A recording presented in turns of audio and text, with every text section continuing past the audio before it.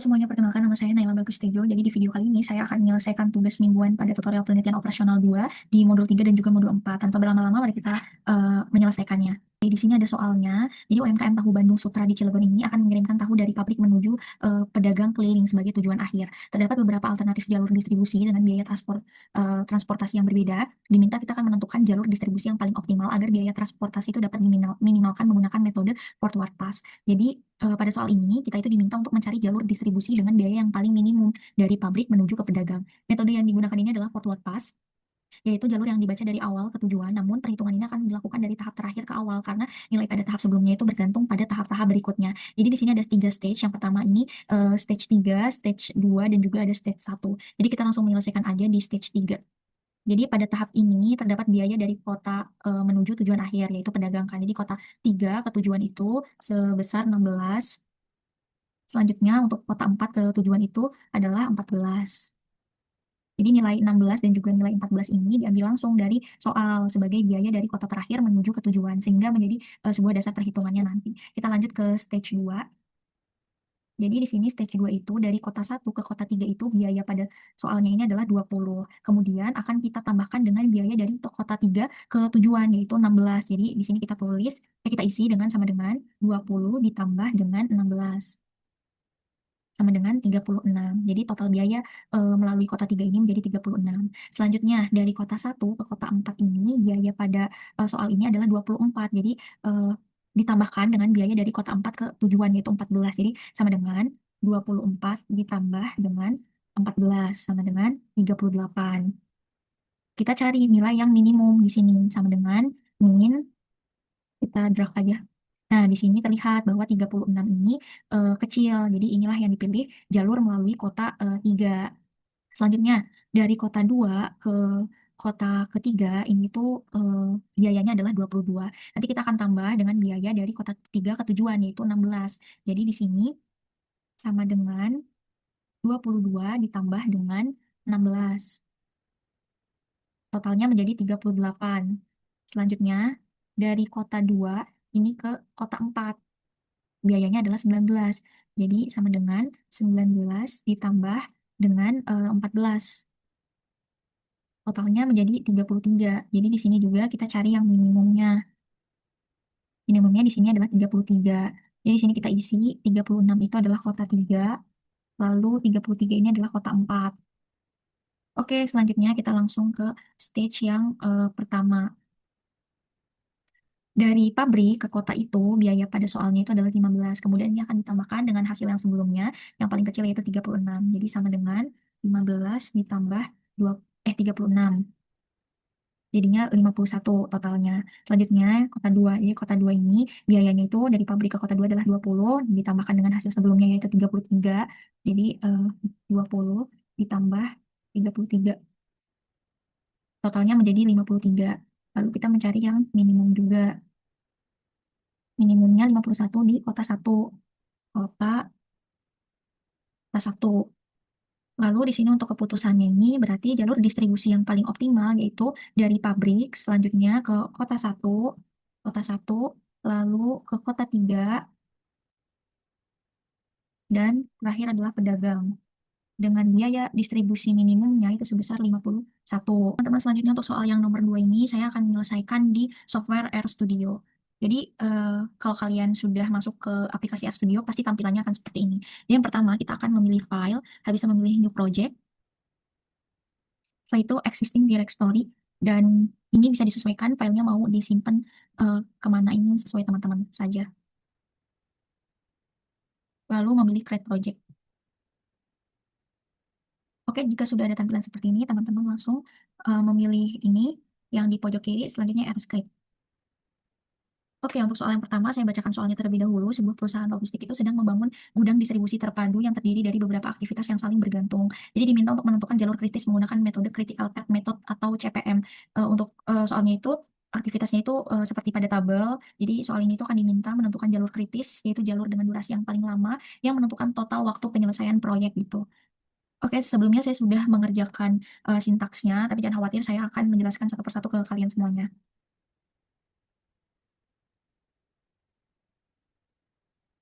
Oke, untuk menjawab soal yang nomor dua ini, yang pertama-tama kita harus melakukan load library terlebih dahulu. Jadi perintah ini digunakan untuk mengambil library egraph yang berfungsi untuk membuat dan juga mengolah graf atau jaringan gitu.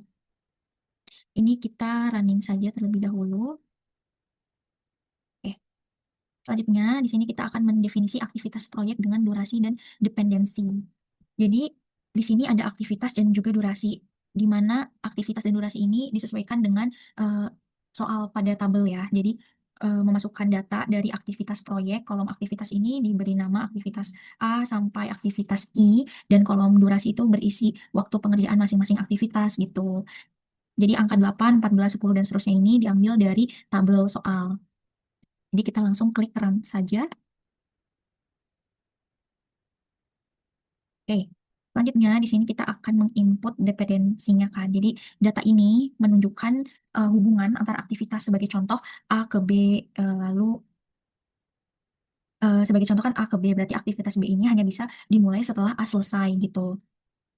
Kita running saja.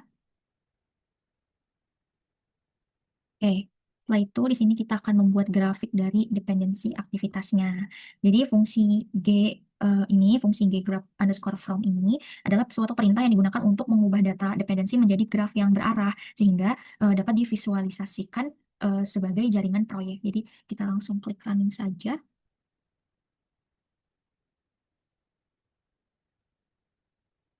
Oke, lalu di sini kita akan menentukan jalur kritis berdasarkan jalur yang terpanjang. Jadi fungsi yang dibuat di sini itu untuk mencari semua kemungkinan jalur dari aktivitas awal yaitu A hingga aktivitas akhir yaitu I gitu. Kita langsung klik run saja. Ini. Oke, selanjutnya kita akan menghitung durasi setiap jalur. Jadi di sini saya akan menjelaskan bahwa di sini kan ada tulisan supply ya. Jadi itu untuk menghitung setiap jalur dan di sini ada tulisan match juga. Itu digunakan untuk mencocokkan nama aktivitasnya. Lalu di sini ada sum ya. Jadi itu tuh digunakan untuk menjumlahkan durasi eh, sehingga dengan fungsi tersebut itu dapat diperoleh nih total durasi untuk setiap jalurnya. Jadi kita langsung running saja. Oke, selanjutnya kita akan menentukan jalur kritisnya. Jadi fungsi di sini adalah width.max itu digunakan untuk mencari nilai durasi terbesar karena jalur kritis itu adalah jalur dengan durasi yang paling lama gitu. Kita langsung running. Lalu di sini kita akan menampilkan grafik jalur kritisnya. Kita langsung running saja. Dan dapat dilihat di kanan bawah ini adalah eh, jalur grafik jalur kritisnya. Oke, selanjutnya kita akan menampilkan hasil. Kita langsung running saja, lalu run. Nah, di sini terlihat bahwa waktu penyelesaian proyeknya itu ada di 94 hari.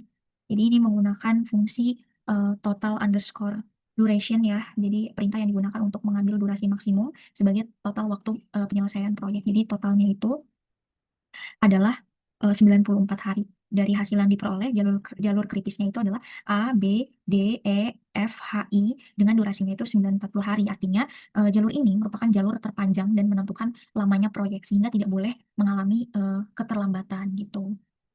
Oke, kita lanjut aja ke soal yang nomor tiga. Jadi, untuk soalnya itu, sebuah perusahaan startup itu mengembangkan aplikasi e-commerce dengan ketidakpastian waktu. Ini digunakan metode PERT untuk memperkirakan waktu penyelesaian proyek. Jadi, pada tabel di bawah soal ini yang akan kita masukkan ke dalam aktivitas dan juga durasi-durasinya gitu. Jadi, pada soal ini itu digunakan metode PERT karena terdapat tiga estimasi waktu, yaitu optimis, paling mungkin, dan juga pesimis. Jadi optimis yang paling mungkin dan juga pesimis kan. Saya akan menjelaskan ke teman-teman semuanya. Jadi yang pertama, di sini ada data aktivitas proyek. Jadi data aktivitas proyek ini berisi tiga estimasi waktu yang diambil langsung dari tabel soal, seperti waktu aktivitasnya, lalu optimisnya, dan pesimis, dan waktu yang paling mungkin gitu. Jadi kita langsung running saja. Oke. Selanjutnya kita akan menghitung waktu ekspektasinya. Jadi rumusnya itu kan atau fungsinya itu kan ini. Jadi rumus ini digunakan untuk menghitung waktu ekspektasi pada metode PERT. Jadi A itu akan sama dengan 6 ditambah 4 dikali 10, ya kan? Ditambah 16 dibagi 6 gitu. Contoh perhitungannya sama dengan 10 gitu. Jadi ini kita langsung klik running aja. Oke, selanjutnya kita akan mendefinisikan hubungan antara aktivitas.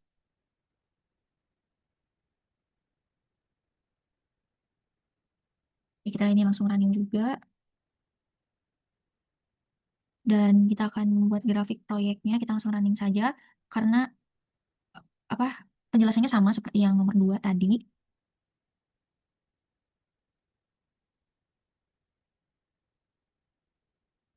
Atau kita akan menghitung durasi setiap jalur running. Dan kita akan menentukan eh, jalur kritis, jalur yang paling panjang juga. Lalu di sini kita akan menampilkan grafiknya. Jadi ini pada gambar di kanan bawahnya adalah grafik jalur kritis seperti ya. Selanjutnya kita akan menghitung, menampilkan hasilnya dengan rumus yang total duration lagi. Ini mengambil nilai maksimum pada waktu proyek. Kita langsung running. Jadi untuk jalur kritisnya itu adalah A, B, C, E, F, G, H dengan durasi eh, proyeknya itu sekitar 80 hari. Jadi artinya jalur tersebut ini merupakan jalur yang paling menentukan dalam penyelesaian proyek. Untuk lebih detailnya lagi, saya akan menyelesaikan dengan aplikasi POM-QM. Dan ini adalah tampilan dari software POM-QM. Kenapa saya akan pakai software POM-QM? Karena ini untuk memverifikasi hasil pada nomor 2 dan nomor 3 yang tadi. Oke, jadi selanjutnya ketika kalian sudah selesai nih membuka aplikasi POM-QM, kita langsung memilih menu modul.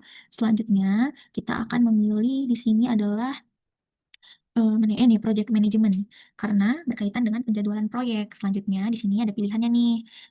Jadi kita akan memilih single time estimate karena metode CPM itu hanya menggunakan satu durasi. Jadi kita akan memilih eh, number of activity di sini. Di sini title-nya bisa disesuaikan dengan teman-teman semuanya ya. Selanjutnya di sini untuk jumlah aktivitasnya ini adalah 9 karena dari A sampai Z itu kan 9 kan. Kalau sudah seperti ini pencet OK saja. Oke, di sini kita akan memasukkan data aktivitas, durasi, dan juga predecessor sesuai dengan tabel pada soal.